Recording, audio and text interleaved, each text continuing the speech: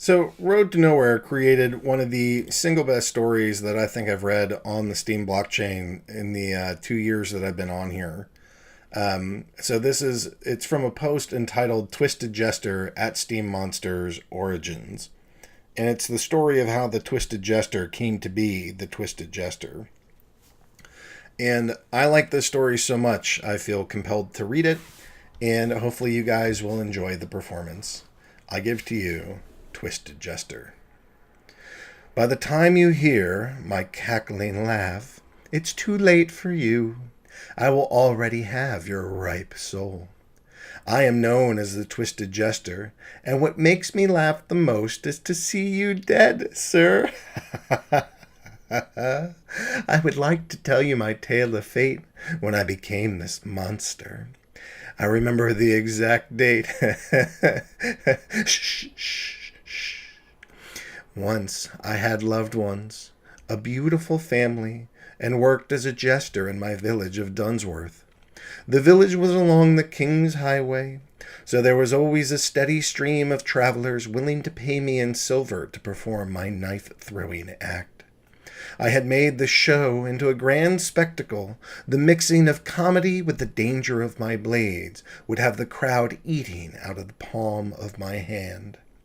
Much of the humor of my show revolved around poking fun at the drunken antics of Lord Rothschild from Eastbridge. It was common knowledge throughout the realm that the Lord would imbibe on a daily basis to the point of inebriation. Many tales have been told of how he acted the fool because he could not hold his drink. Shh, shh, shh.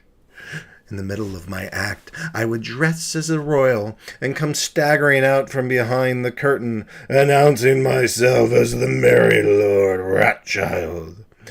I would drink from the ale pitchers that were filled with gooseberry tea, giving the appearance of being a sloppy lush, and then juggle my knives in an erratic manner.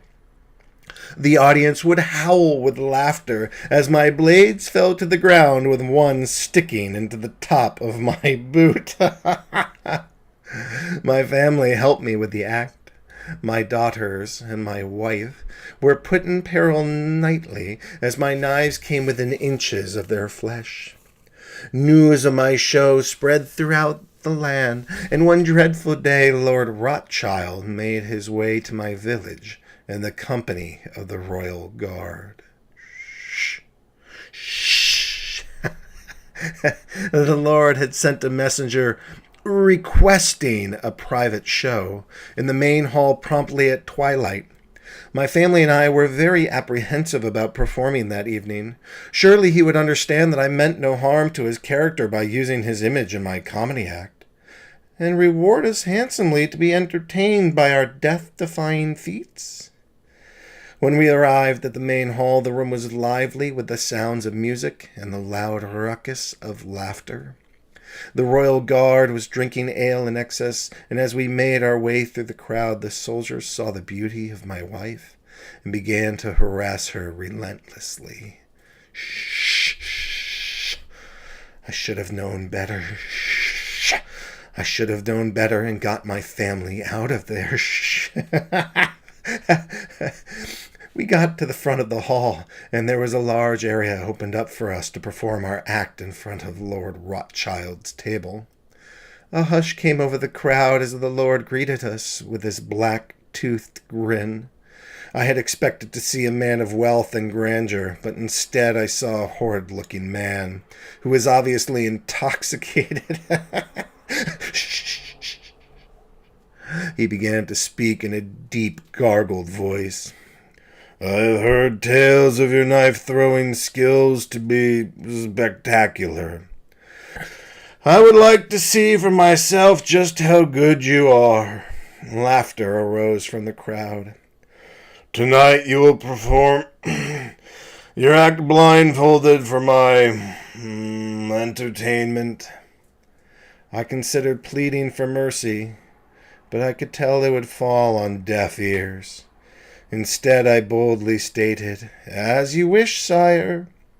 I have done my show so many times. I have confidence that I could do it blindfolded. The first part of my act was to stand 30 paces away from my oldest daughter. She would balance an apple on her head and hold one in each hand. I would rapid fire 3 knives and slice through the apples in the blink of an eye. Lord Rothschild threw down a rancid-smelling, stained red scarf that I tightly tied around my head, placing me in total darkness. Shh. I carefully paced off a straight line from my terrified daughter, took a deep breath, and let my blades fly. I could tell from the cheers of the soldiers that my knives hit their mark. I removed the scarf and looked at the tearful face of my daughter, then to the ground to see 3 sliced apples at her feet. I knew tonight's show would not be comedic in nature, and I did not interject the humor that made my act so entertaining to the normal travelers. Next was the Wheel of Death. My wife would be tied to the spinning wheel as I threw daggers to outline her body from 50 paces away. This would be the most challenging stunt of the night. This feat would be impossible if not for the click of the wheel that I heard so many times in the past. Every time the wheel did a complete revolution, it would make a small click. I knew that if I could tune into that sound, I could judge the pace of the wheel, giving me a small chance to let my wife come out of this hole. My wife bravely allowed me to strap her to the wheel. Her words to me were, "I believe in you. I trust that your hand will be steady and your mind clear." I set the wheel spinning and walked back 50 paces, took one last look at my lovely wife, who was staring to the side with no emotion on her face. I again tied the putrid-smelling scarf over my eyes. Shh. Concentrate. Listen for the clicks. I tuned out the chatter and the background noise, and I could faintly hear the click. Swoosh! I let 4 of my daggers fly. I could hear a small whimper from my wife in between the last 2 clicks. Shh! Click, click, click, click. And again I threw my last 4 daggers with force. This time I heard a painful yelp come from my wife. I ripped off my blindfold to see her spinning on the wheel with 1 dagger in her shoulder and another in her thigh. She was bleeding badly from her wounds, but alive. I quickly ran to stop the wheel and untie her to the rowdy cheers of the soldiers. I was ready to close out my show. Both of my daughters would stand with their backs together, holding a candle between their teeth. I would then throw an axe from each hand and extinguish the flames in unison. Shh. My daughters reluctantly stood back to back, with candles in place as I walked back 20 paces. Again I pulled the red scarf over my eyes, slowed my breathing, and visualized where my precious daughters were standing. Whoosh! I let my axes fly. Shh! The crowd erupted with cheers and laughter as I dropped the blindfold to the floor. My daughters were halfway back to me with their arms outstretched, ready for a joyful embrace. I had done the impossible. My death-defying performance in total darkness. I turned to Lord Rothschild, expecting to see delight on his face, but instead he glared down at me with anger in his eyes. He slowly clapped his hands 3 times and stated, "Very impressive, Jester. I'm not sure if you are aware, but I, too, am skilled with a blade. In lieu of paying you gold for your entertainment, I will instead pay you by allowing you to witness my fine skills as barter." He instructed his soldiers to set up my daughters back to back with the candles in their mouths. Shh, shh, shh. Lord Rothschild staggered eerily from his seat and exposed 2 large knives that he had picked up from the table. By the time I looked back from him to my daughters, their lifeless bodies were already on the floor in a pool of their own blood. I burst into anger and tried to get to my table of steel, but the guards seized me before I could lay my hands on a blade.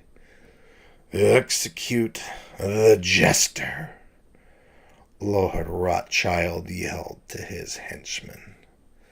As I was being dragged from the room, I made eye contact with my terrified wife one last time as she was being pulled into the crowd of soldiers.